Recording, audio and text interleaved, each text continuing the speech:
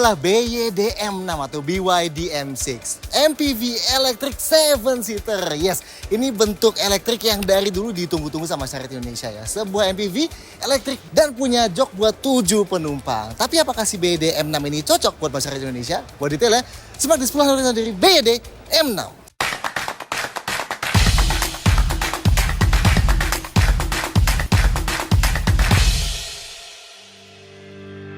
Sebelum mulai, simak dulu sponsor dari video kita kali ini, UPPF. Kalian yang pada sayang sama mobil pasti udah gak asing lah ya sama PPF atau Paint Protection Film, alias lapisan yang dipasang untuk melindungi cat original mobil dari macam-macam ancaman waktu dipakai di jalan, kayak baretan, batu kerikil, atau bahkan terserempet motor. Nah, bahan PPF yang dipakai sama UPPF sih nggak perlu diraguin lagi ya. Pakai high grade TPU dengan ketebalan 200 mikron. So, nggak masalah banget ketika lewatin pengujian ekstrim kayak simulasi kena stone chip ini, simulasi self-healing dari swirl mark waktu dipanasin gini, pengujian fleksibilitas bahan ketika ditarik dan dikembalikan lagi, dan kekuatan bahan ketika ditusuk gini. Nice ya, kualitas oke dengan value for money yang sangat baik. Garansinya 10 tahun lagi. Nah, buat yang DP di Gias bisa banyak dapat promo nih, kayak potongan 2 juta, lucky draw, dan bahkan dapat kesempatan menangin Vespa LX yang udah di PPF Matte ini. UPPF juga ngenalin kaca film baru ya, namanya U-Film yang memanfaatkan teknologi Core Nano. Nih, kita dikasih lihat komparasi pengujian cahaya infrared yang tembus dari kaca film ini sangat minim sampai kipasnya nggak bisa nyala ya. Buat pembelian U-Film di Gias juga bakal dapat spesial promo loh. Detailnya bisa cek di kolom deskripsi. 1. Seukuran apa? Oke, kalau lihat sekilas mungkin nggak dapat gambaran yang cukup kali ya. Tapi M6 ini seukuran mobil apa sih? Well, dengan panjang 4,7 meteran, M6 ini sebenarnya mepet dimensinya sama Innova Zenix dan Cortez ya. Ya, meski sedikit lebih compact lah overallnya. Yang jelas lebih besar dibanding Veloz, Stargazer, dan kawan-kawannya. Tapi perlu diingat juga, model MPV-nya M6 ini cenderung lebih mirip MPV kayak Honda Stream dulu, Chevrolet Orlando, Kia Carens yang lama, atau BMW 2 Series Grand Tourer gitu. Yang dulu punya cenderung atap yang rendah ya. So, agak beda sama MPV kayak Zenix, Cortez, dan MPV populer lain yang di sini lah ya, yang atapnya kan cenderung tinggi-tinggi. 2. Varian dan warna. M6 tersedia dalam 3 pilihan varian, standar, superior, dan superior captain. Superior captain ini yang lagi kita videoin sekarang ya. Dan kerennya, meskipun ini punya dimensi yang cenderung mirip Zenix, tapi harganya M6 yang paling mahal pun masih lebih murah dibanding Zenix yang termurah loh. Gila sih ya, padahal ini mobil full elektrik, yang konon katanya baterainya luar biasa mahal ya kan. Pilihan warnanya putih crystal white, biru quartz blue, hitam cosmos black, dan abu-abu harbor grey. 3. Motor dan baterai. M6 ini mobil full elektrik ya, yang artinya nggak ada mesin di balik kapnya ini. Meski sayangnya ada ruang kosong segede gini tapi nggak dijadiin bagasi tambahan ya kayak di model BYD lainnya. Motornya ada 2 pilihan ya, yang varian standar bertenaga 161 HP dan yang varian superior bertenaga 201 HP. Sedangkan torsinya 310 Nm buat keduanya. Gila sih ya, tenaga 201 HP buat ukuran MPV segini termasuk gede banget ya. Dan diklaim akselerasi 0-100 km per jamnya bisa cuma 8,6 detik aja. Itu buat yang superior ya, dan 10,1 detik buat yang standar. Baterainya ada di bawah mobil ya, jenisnya LFP atau lithium iron phosphate, dan udah pakai teknologi blade baterainya BYD. Simpelnya, baterai yang selnya punya bentuk lempengan tipis, jadi nggak ada modulnya, dan packnya pun jadi tipis overall ya. Dan baterai ini bahkan berhasil lewatin tes ditusuk ya, yang sangat rentan kebakar di jenis-jenis baterai lainnya. Nice lah ya. Kapasitasnya 55,4 kWh di yang standar dan 71,8 di yang superior. Dan klaimnya bisa nempuh jarak hingga 420 km buat yang standar dan 530 km buat yang superior. Ini klaim dengan pengetesan standar NEDC loh, bukan klaim CLTC kayak klaim di mobil Cina biasanya yang bikin angkanya lebih tinggi lagi tuh. Nice lah ya berarti. Transmisinya tentunya direct single speed dengan reduction gear ya. Model ganti giginya elektronik bertuas kayak gini. So, ganti nih ada reversi taksinya alias E6 yang pakai knob rotary. Ini pakainya tinggal injek pedal rem sambil tekan tombol kecil di kanannya ini dan geser aja mau kemana. Sedangkan buat ke P tinggal klik tombol yang di paling atas ya. Mode berkendaranya bisa dipilih pakai tombol di kanan sini. Ada Eco, Normal, dan Sport. Nanti warna di MID-nya bakal berubah-ubah sesuai mode yang dipilih ya. Bisa ganti mode regenerative braking juga dari 2 level yang berbeda. Pakai tombol di kiri sini, ada standar dan larger ya. Bobot setirnya bisa pilih 2 yang berbeda ya, comfortable atau sport dari head unit sini. Bahkan efek remnya pun bisa diganti juga ke 2 mode yang beda, comfortable dan sport. Dan ada comfort parking yang bikin waktu ngerem cukup tajam, mobilnya bakal mengurangi efek menukik jadi kerasa lebih smooth di dalam kabin. Nice ya ini. Buat nge-charge-nya dari belakang kanan sini ya. AC charging-nya atau charging standarnya pakai port jenis Type 2. Ini sanggup menerima daya sampai 7 kW ya. Tapi nggak dikasih tahu klaim pengecasannya berapa lama. Sedangkan DC charging-nya atau fast charging pakai jenis port CCS2. Ini sanggup menerima daya sampai 89 kW di yang varian standar dan 115 kW di yang varian superior. BYD ngeklaim bisa ngecharge dari 10 sampai 80% hanya dalam 40 menit. Nice ya. Sedangkan biaya chargingnya dengan pakai estimasi charging efisiensi 85%, ngecharge di rumah bakal butuh sekitar 110 ribuan rupiah buat yang varian standar dan 143 ribuan rupiah buat yang varian superior. 4. Eksterior cantik. So, buat yang belum tahu, line-up BYD dibagi ke dua series besar ya, Dynasty Series dan Ocean Series. Atau 3 misalnya masuk ke Dynasty Series, sedangkan Dolphin dan Seal masuk ke Ocean Series. BYD sebenarnya belum mengkonfirmasi M6 masuk ke kategori yang mana, tapi dilihat dari tampang Dragon Face-nya, harusnya M6 masuk ke kategori Dynasty Series ya. Anyway, M6 sendiri yang kalian lihat ini nggak dijual di Cina, sedangkan secara bentuk M6 mirip sama Song Max yang sempat dijual di Cina dulu, dan sama E6 generasi kedua yang dijadiin taksi Bluebird di Indonesia.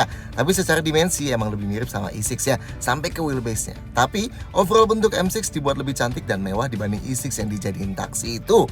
Depannya, grillnya nggak berlubang ya, pakai list silver super panjang yang sampai nembus ke lampunya yang jadi ciri khas Dragon Face di Dynasty series BYD kayak di Atto 3. Atau Aerodynamic Dragon Face katanya bahasa desainnya kalau di M6 ini. Lampunya sendiri juga unik ya, pipih dan diisi sama 3 proyektor sama 2 non-proyektor. Dan ada tulisannya LED Technology di sampingnya. Radiator grillnya nggak besar-besar banget yang kepisah sama radar di tengahnya. Sedangkan panel kiri kanannya kita suka nih, banyak lekukan simple yang pakai piano black dan chrome kayak gini. Dan yang bagian atas itu berlubang beneran ya buat tembusin udara ke daerah ban depan. Detail lampu depannya, di arealnya LED, lampu besarnya yang 3 proyektor LED. Sedangkan sayangnya kita nggak bisa nyalain hazard dan lampu jauh ya, karena lagi di showroom mode mobilnya. Tapi lampu seinnya gantiin di area gini ya.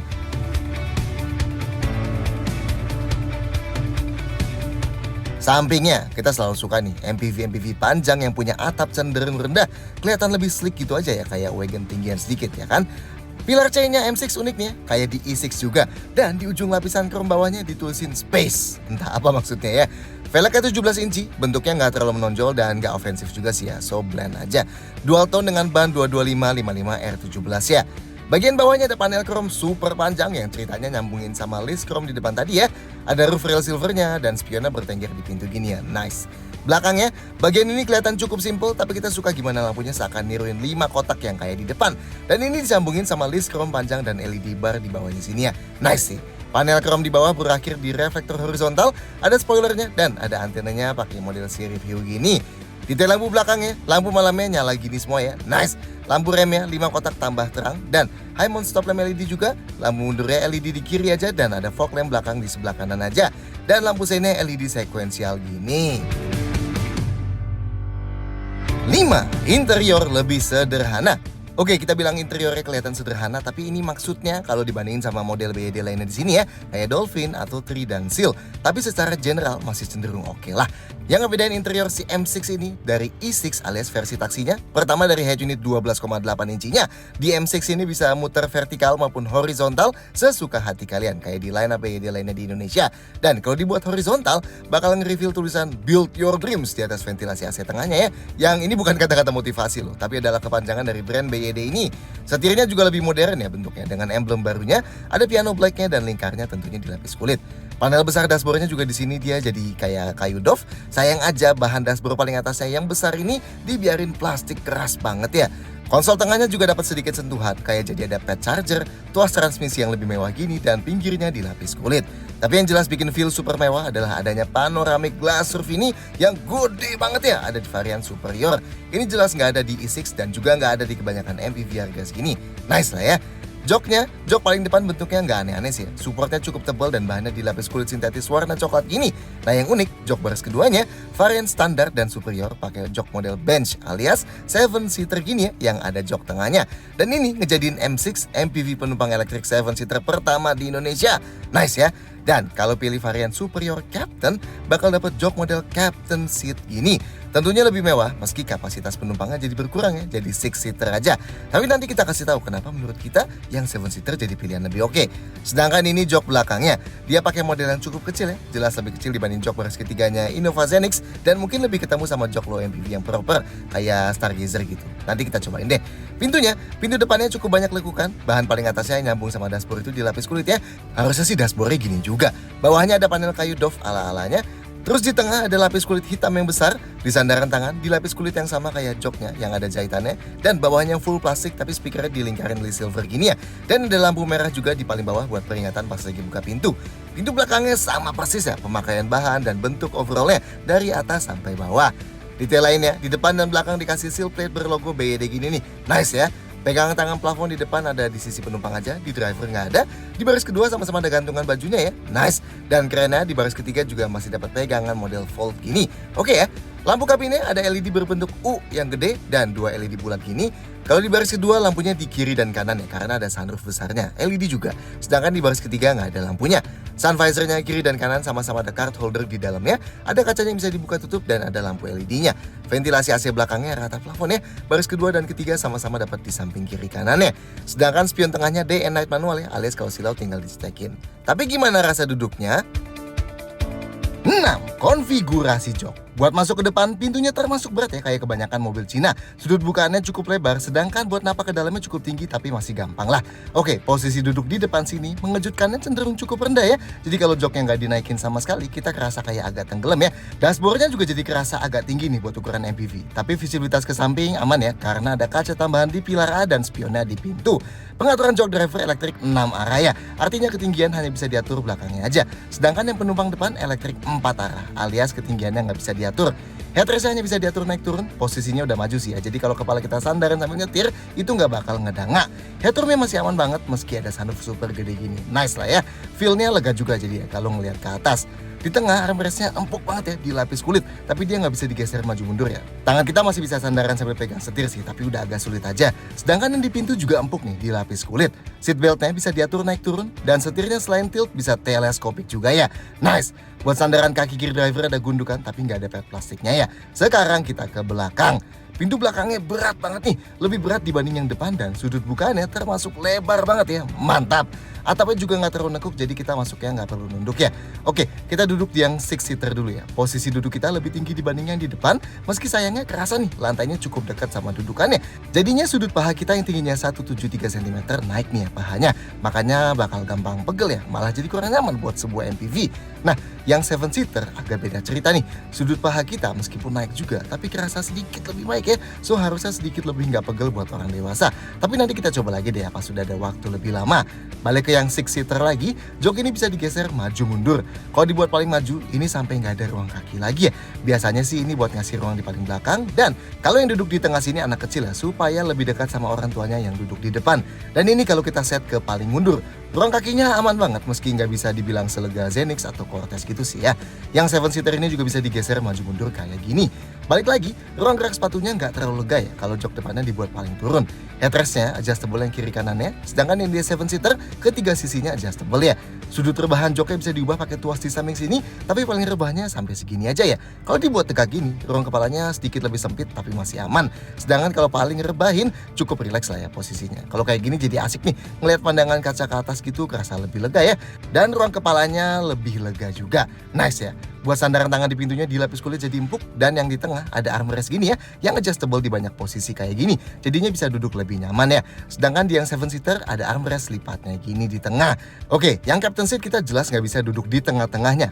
Tapi karena lantainya hampir rata, jadi kita gampang ya kalau mau geser ke kiri kanan. Sedangkan di yang 7-seater, kalau mau duduk bertiga di tengah, dudukan joknya sedikit lebih keras dan lebih tinggi. Dan sandarannya jelas lebih keras karena ada armrestnya tadi. Tapi karena ada headrest adjustable, jadi orang dewasa nggak bakal ngedanga ya.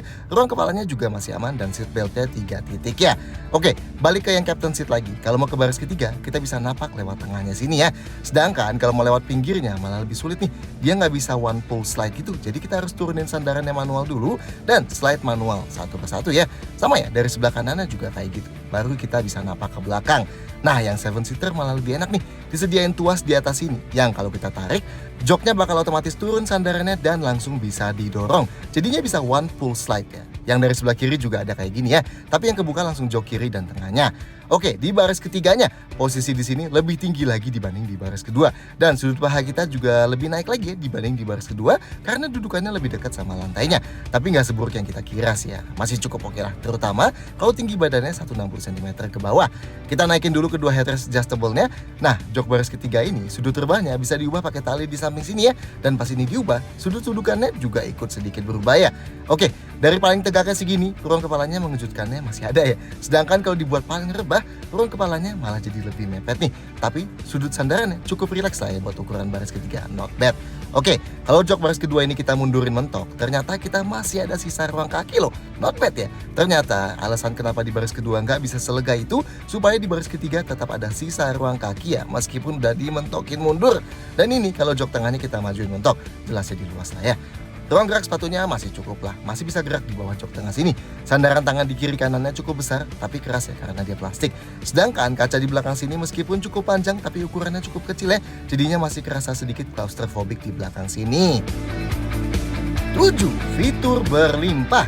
MPV 7-seater, elektrik, 370-430 juta, berarti fiturnya sedikit kali ya? Enggak juga sih, ternyata banyak malah. Varian superior dapat panoramic glass roof yang gede banget ini ya. Ini kacanya nggak bisa dibuka, tapi shade-nya bisa dibuka tutup secara elektrik kalau nggak mau kepanasan. Oke lah, lanjut. Kuncinya kayak gini, mirip line-up BYD lainnya.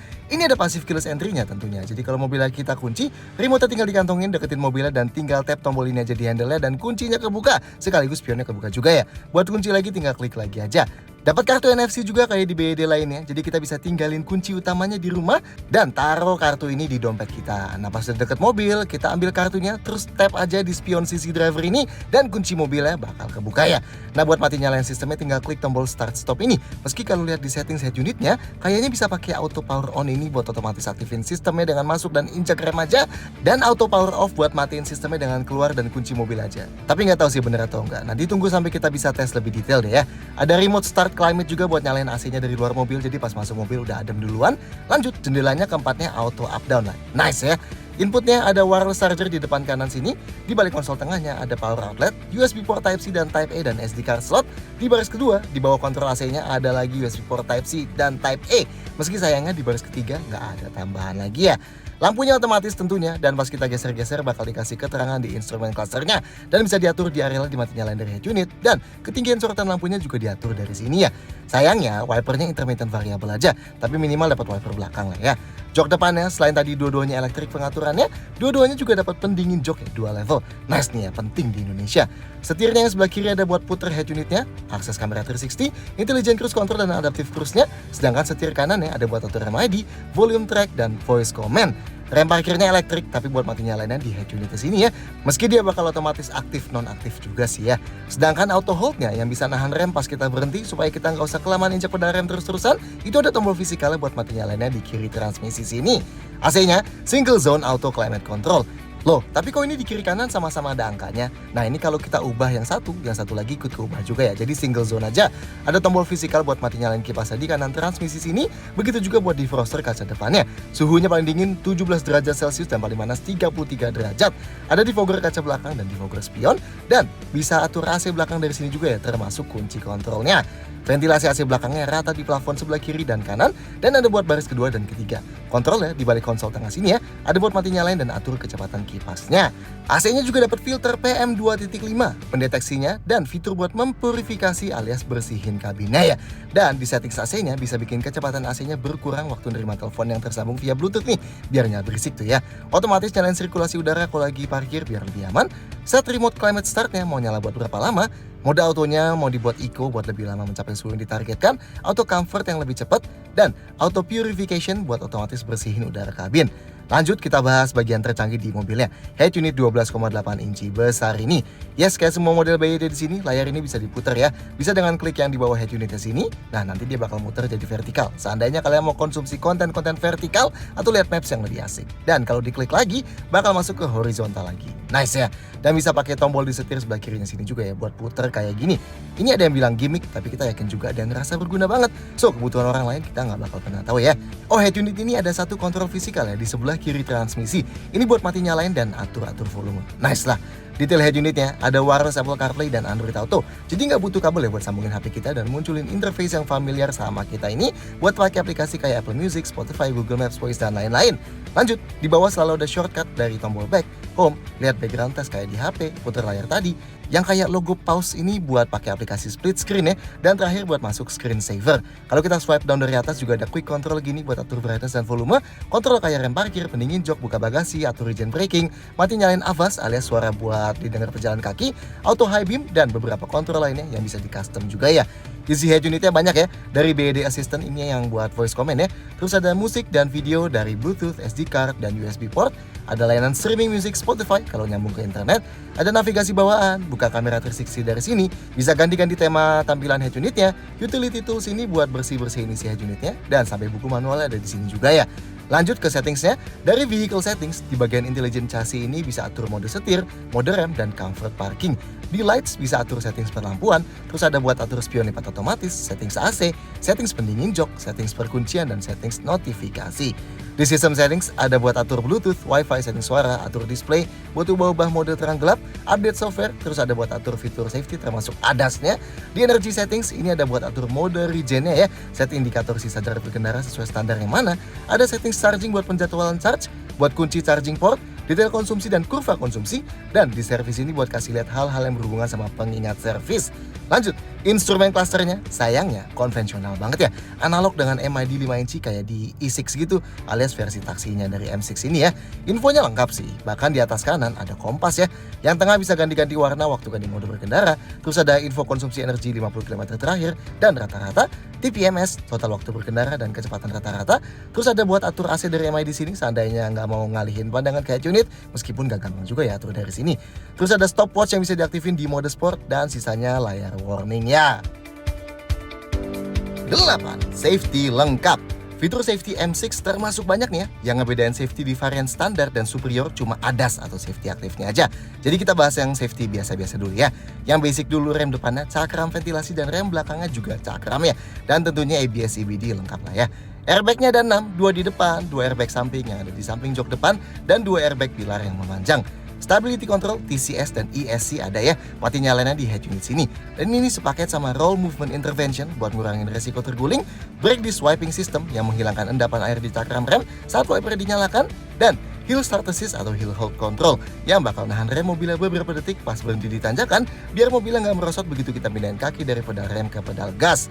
Sensor parkirnya di belakang ada 4 titik yang terintegrasi, di depan nggak ada ya. Dan ini bisa dimati nyalain dari head unitnya sini. Sedangkan kameranya di depan ada 1, di masing-masing spion ada 1, dan di belakang ada 1.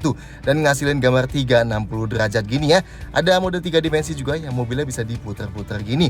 Dan ada transparency mode yang bisa lihat bagian bawah mobilnya kalau udah jalan. Dan bisa diaktifin pakai tombol di setir sini. Ada TPMS di MID mobilnya yang nunjukin masing-masing tekanan ban mobilnya gini. Dan tentunya di jok baris kedua ada ISOFIX buat dudukan jok bayi ya. Oke, varian superior dapat ADAS atau Advanced Driver Assistance System. BYD belum konfirmasi sih ini manfaatin apa aja. Tapi kemungkinan besar pakai kamera di balik spion tengah sini, pakai radar di bawah, dan radar di balik kiri kanan bumper belakang. Isi ADAS-nya ada Predictive Collision Warning buat deteksi kemungkinan nabrak objek di depan, dan Autonomous Emergency Braking buat ngerem otomatis. Ada Rear Collision Warning buat dikasih peringatan kalau ada kemungkinan ditabrak objek dari belakang. Ada Lane Departure Assist dan Emergency Lane Keeping Assist buat kasih peringatan dan balikin mobil ke dalam lajur pas terdeteksi mau keluar lajur. Adaptive Cruise Control buat jaga kecepatan konstan sekaligus jaga jarak sama mobil di depan. Jadi kalau mobil di depan memelan, kita juga bakal ikut memelan, dan pas dia mengencang lagi, kita juga bakal ikut mengencang lagi tanpa injak pedal gas atau pedal rem. Ada Intelligent Cruise Control yang bakal ngejaga mobilnya selalu ada di tengah-tengah lajur. Jadi bakal belok-belokin setir selama belokannya nggak terlalu tajam ya. Dan ini sekaligus aktifin Adaptive Cruise Controlnya juga.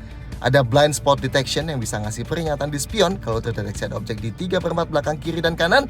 Ada Rear Cross Traffic Alert dan Rear Cross Traffic Brake yang bisa deteksi objek mendekat dari belakang kiri atau kanan kalau mobilnya lagi mundur, dan bisa bantu ngeremin otomatis. Dan ada Door Open Warning yang bisa ngasih peringatan kalau kita mau buka pintu tapi ada objek mendekat dari belakang sisi kita mau buka pintunya. 9. Bagasi dan storage. Bagasi M6 varian superior elektrik ya. Gila sih ya buat MPV di harga segini. Bisa dibuka pakai remote, klik 2 kali ya tombol ininya. Bisa pakai tombol di kanan dashboard sini juga, atau bisa klik langsung tombolnya di pintu bagasinya gini ya.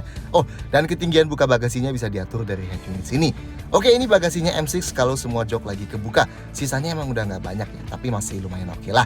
Bibirnya lebih menyempit di atas sedikit dan bawahnya lebih lebar. Nah sayangnya bibirnya dari tanah termasuk tinggi ya, jadi kalau angkat barang berat agak sulit. Sedangkan ini bibirnya rata sama lantainya, jadi tinggal tarik aja kalau mau keluarin barang dari dalam.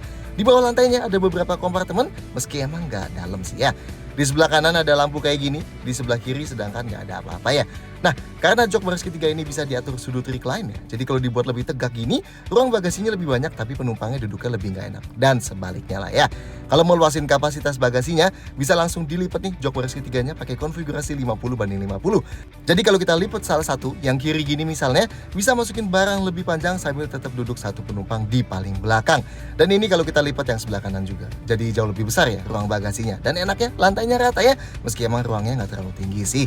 Sayangnya yang dikonfigurasi 6-seater gini, jok baris keduanya nggak bisa dilipat rata ya. Jadi kalau mau luasin kabinnya, paling kita cuma bisa mentokin joknya ke depan gini. Itu pun jadi ada lubang besar gini di balik joknya ya. Sedangkan enaknya yang di 7-seater, kalau kita pakai tuas yang di sini, bisa bikin joknya kelipat rata ya. Nah kalau kita lipat yang kanan dulu, jadi bisa masukin barang panjang banget sambil tetap duduk berdua di tengah. Dan kalau dilipat semua, nah ruang bagasinya jadi sangat-sangat panjang ini ya. Dan ini full rata ya, jadi bisa masukin kayak kasur gitu. Nice. Buat tutup bagasinya ada handle gini di kiri kanannya, atau tinggal klik tombol ini aja yang elektrik ya. Dan ini sisa storage di dalam kabin.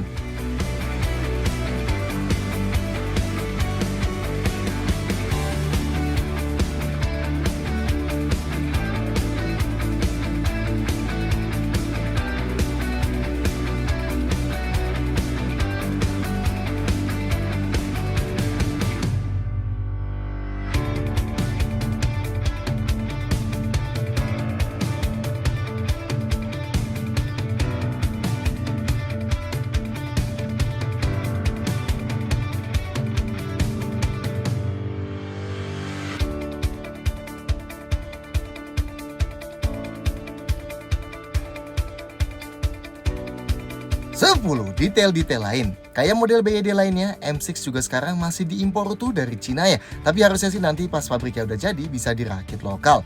Garansinya mirip sama model BYD lain di Indonesia. Garansi mobilnya berlaku 6 tahun atau 150.000 km, sedangkan baterai tegangan tingginya dapat garansi 8 tahun atau 160.000 km buat state of health 70% ke atas. Dan garansi motor penggeraknya 8 tahun atau 150.000 km. Sedangkan buat servisnya gratis selama 4 tahun atau 60.000 km ya.